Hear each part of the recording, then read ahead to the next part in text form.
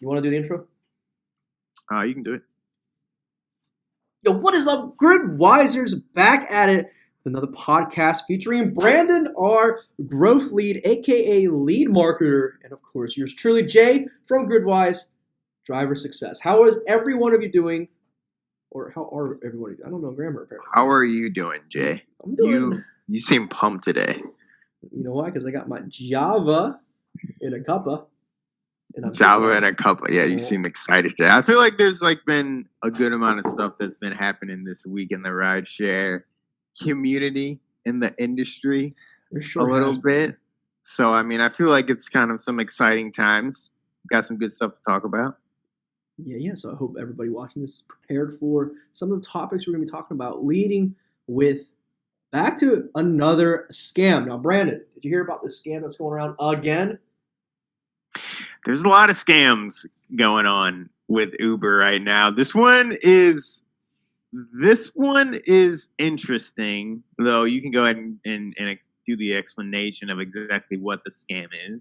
So, driver reported on the interwebs that he's driving to a nursing home and then he gets a text message from his customer, from his passenger, that says, "This is at Uber support, hey, this is actually an auto-generated ride. Please cancel it and provide us with your phone number." And obviously, she didn't fall for it, the driver, and she posted it to the internet, the forums, posted a screenshot of the actual text message, which I'll link on this video. And it's just like, this one didn't really ask for your debit account number, but Brandon, why would a scammer want your personal phone number? Why would a scammer want your personal phone number? Well, they're certainly going to. What's going to end up happening is that it sounds like they're going to text you. It sounds like they're going to kind of text you and ask you for more information. I think that's what it is. I really can't put my mind. Hold on. I can't let me dig into this because I read an explanation of exactly how this scam works. Yeah, I get, the instant cash out, instant pay scam, but what would someone do with your actual phone number? Okay, so this is it. So they're going to if the driver sends your phone number, they are then going to ask you to verify your password. So they will get your phone number, and then they've kind of built up a little bit of trust, and then they can ask you to verify what your password is. Okay. Then you have the phone number, your password, and then you're completely screwed. Right, because I just remembered, as a driver, you can log in to your account with just a phone number as the username.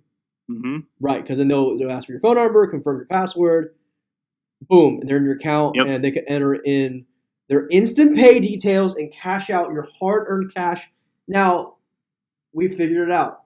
Clues led to the discovery. Crime solved. Yeah, it's kind of how low can you get to you want to scam rideshare drivers? It's beyond. Not like drivers are over here raking in the dough, right? But you're gonna scam drivers out of the money that we do make. That's insane. Yeah, some people out there just stoop to new lows, man. We might have to have a scam of the week, or something like that, because there's always these different scams. Yeah. It's ridiculous. It's kind of okay. So I think something interesting with that is, what is Uber or Lyft? I'm assuming this can work with Lyft as well. What are they doing about all of these different scams that are going around? Can they do anything about that? Are they doing enough? They sure can, but they're not. I'll tell you what they can do right now. They have this entire section dedicated to alerts in the app under your profile. Literally just public service announcement. Hey, there's these scams going on, and be mindful, drivers. We'll never ask you for your phone number. We'll never ask you for identifying information. Right.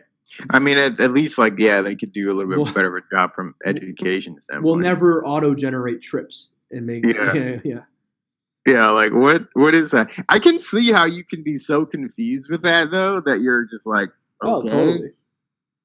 I can imagine. I'll give you the phone number. Can you imagine driving for a long, 5 hours even, just half a shift, just driving mindlessly, tapping accept, dropping a complete trip, and then all of a sudden you get this like text message. Of course, like I can see drivers falling for this. Yeah, it's kind of like you're just like, okay, I guess this is fine. I feel like once you ask for like the password, then like a couple more red flags should go off. But like, I mean, I'm sure like these scammers are just basically playing like a numbers game. You're the marketer. You know all about the numbers game. Yeah, I mean, I'm sure they're just like, all right, let me get like it's all marketing. 0.5% of these people to fall for this, and then we're good to go. What's the conversion rate of this scam? And how many people can I put at the top of the funnel? That's like what they're worried about. It's ridiculous. It's sad, but yeah, like we need to. I feel like we just need to like bring this up like every new scam of every podcast just to let people know that shit's ridiculous out here. All right, watch your back, drivers. Moving on to the next topic. Why? Hold on. Do you need the room? It's Brian. I'm kind of homeless right now. Fucking up the podcast. I'm kind of homeless right now, so I need to get every room that we have available in the office. Anyways, moving on to the next topic. Brandon, what's the next topic? I don't have it on my screen. Next topic that we are talking about is the cancellation policies of Lyft specifically, but I think this also definitely ties into Uber. I just saw, so you sent me over a link the other day. Looks like Lyft has now explicitly stated that if you cancel 15 or more of your last 100 accepted rides. So basically, if you have more than a 15% cancellation rate, not including passenger no-shows, you could be at a risk for deactivation. That's true. And let me tell you, this is something that has been on top of every driver's minds since the inception of the cancellation rate. Let me tell you something. My personal cancellation rate in the past, I think it's 25 Uber rides. I don't drive for Lyft. I drive for Uber specifically. I'll show you right here on my screen. 28% cancellation. I'm at risk. 8%. All right, but okay, that was Lyft, and this is Uber. Also, kind of key is that you could be at risk, right? Yeah. So it's not like once you hit 15%, you're done. No. Right, so it's a little bit different. But it's the first time that a TNC, a major company, has actually come out with an official threshold. Before there was never concrete threshold. So a driver would always wonder, well, geez, what cancellation rate do I risk getting deactivated? Because in the terms of service, actually, Brandon, cancellations are what they care about. They don't care about your acceptance rate at all. You can have like a less than 2% acceptance rate. You can accept one trip a day if you wanted to. They don't care.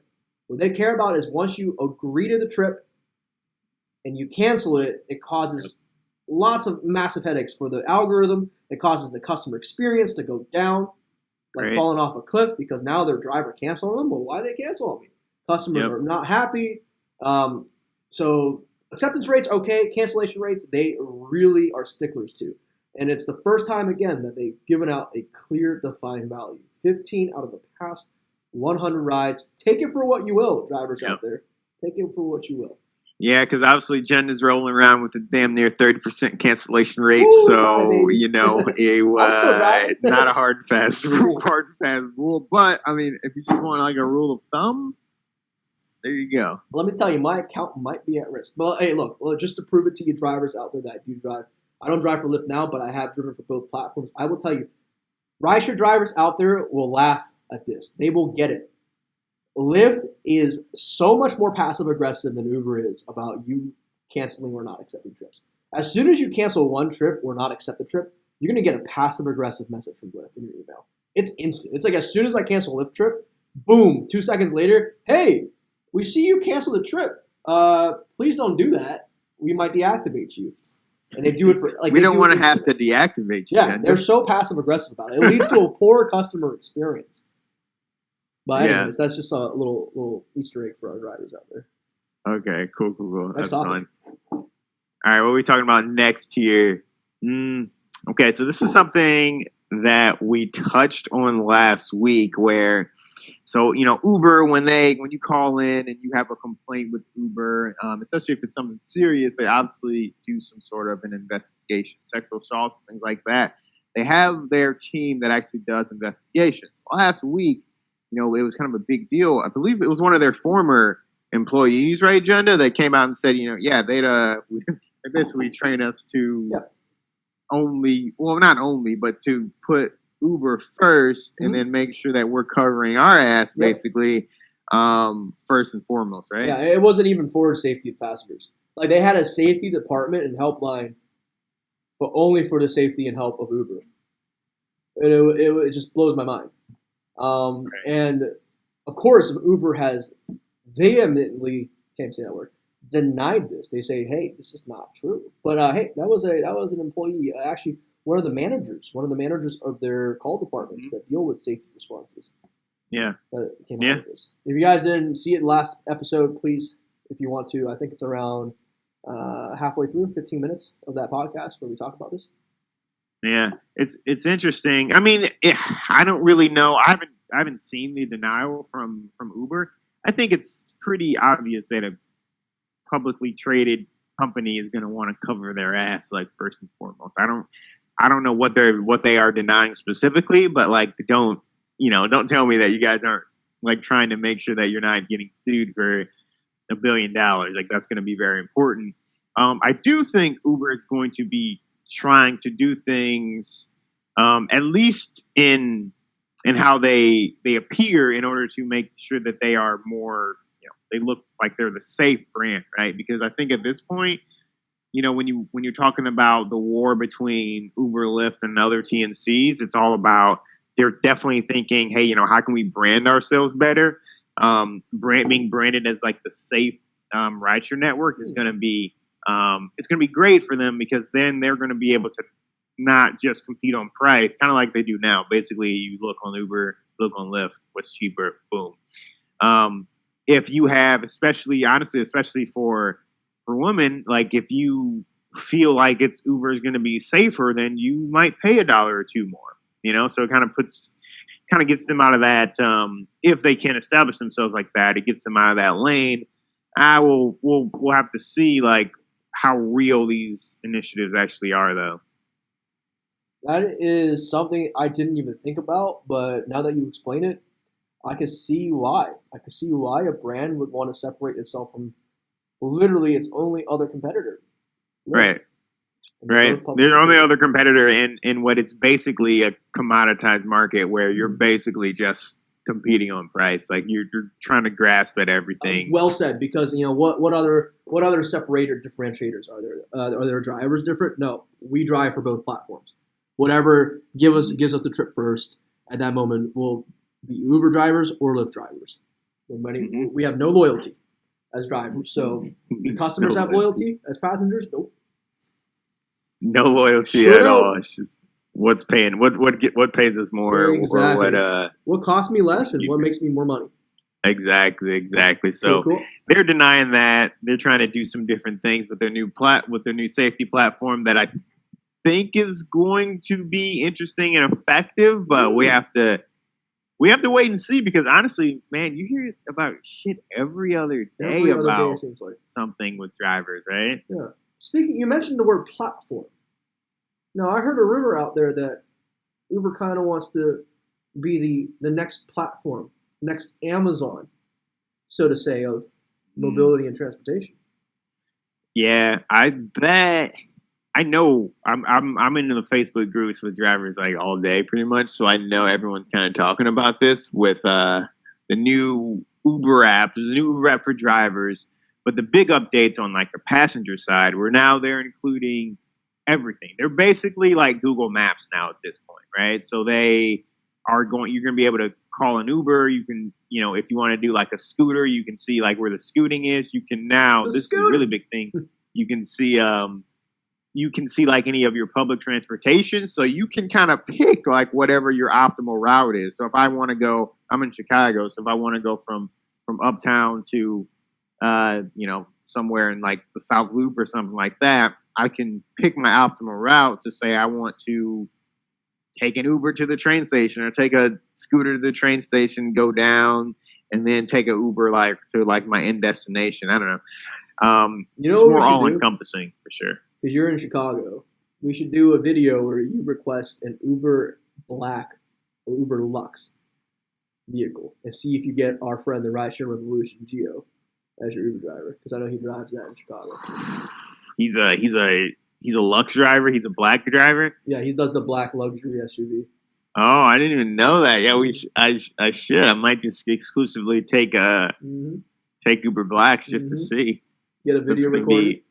Gonna be a little bit expensive for me, but you know, might give it a shot. But yeah, like the Uber's trying to be, what do they say, like the Amazon of the Amazon. It's, to me, Brandon, you know what I think personally about it? It is so arrogant to even call yourself the Amazon of that. And not to mention, you said branding play. You're putting another company on a pedestal right there. Like, oh my God, we want to be the Amazon. Like, we want to be that company. We want to be as successful as Amazon. Now, I mean, to me, it just sounds like, hey, why don't you just like not identify, create your own identity? But then again, I guess it kind of makes sense on the other spectrum, other side. Everybody really knows what Amazon is. It's ubiquitous. Mm-hmm. Yeah, I mean, I think people like use these like the Amazon of X. You see, like a lot of people say like we want to be like the Uber of X as well. Yeah, it's true. Because it's like a well-known thing. I think I don't know. I think it's a little bit. I guess I get like where they're coming from, where they want to just be like your everything for transportation. And from a business standpoint, I mean, I guess it's a nice goal. Amazon makes money though, you know, and Uber is not even close to doing that. And it's not even from like their online retailing.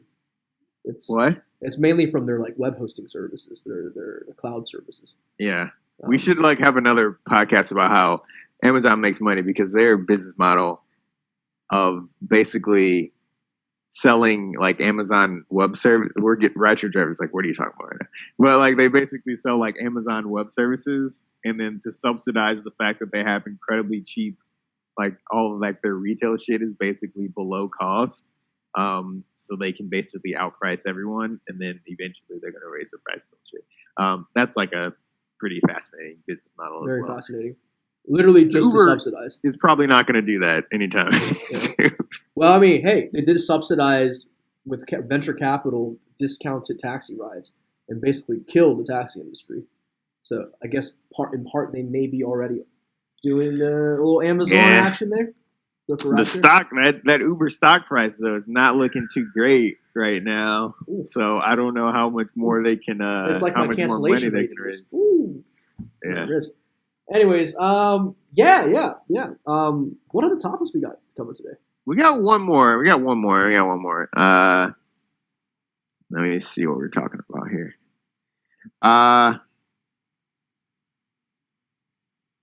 Speaking of Uber not being profitable, not making any money, they're starting to do this thing where like Google does, I feel like, where they're just throwing shit against the wall and just seeing what works, because they're basically are offering like staffing services to gig workers in some sort of way, right? Wait. What? So this is something that started in Chicago. Wall Street Journal is kind of, I think they were the first people to kind of like really report this and really talk about it. But they are basically launching a new app that is going to pair gig economy workers, I'm sure that's going to be a lot of rideshare drivers, with whatever companies that want to hurt them, or not hurt them, but want to hire them. Okay. I was going to say, sign me up, Brandon. They want to hurt them. They want to actually hire them. They're kind of like matching them. So. Well, I'll tell you what.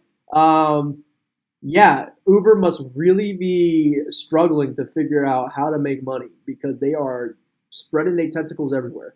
I mean, staffing services. Like Uber as a staffing agency kind of like makes sense, but it kind of doesn't. It makes sense because it's gig work. Yeah, it's temporary.